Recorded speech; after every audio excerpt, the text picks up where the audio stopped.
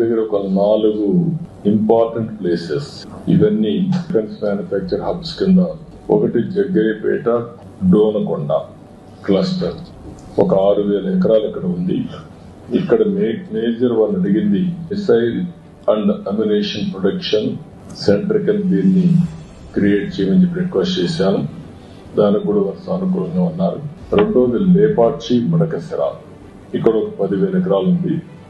Military and civil air crafts కానీ electronics manufacturing, అదే మరి ఇంకొక పక్కన ఏరోస్పేస్ ఎకో సిస్టమ్ క్రియేట్ చేయాలని చెప్పి కోరాను. దానికి కూడా ఆయన సుఖంగా ఉన్నారు. అదే మరి విశాఖపట్నం అనకాపల్లి క్లస్టర్, ఈ ఏరియాలో మనం చూస్తే naval equipment production, weapon testing, అదే మరి లీవరేజింగ్ స్ట్రాంగ్ మ్యారిటైమ్ ప్రజెన్స్ ఉంది కాబట్టి ఈస్టర్న్ నేవల్ కమాండ్ కూడా ఉంది.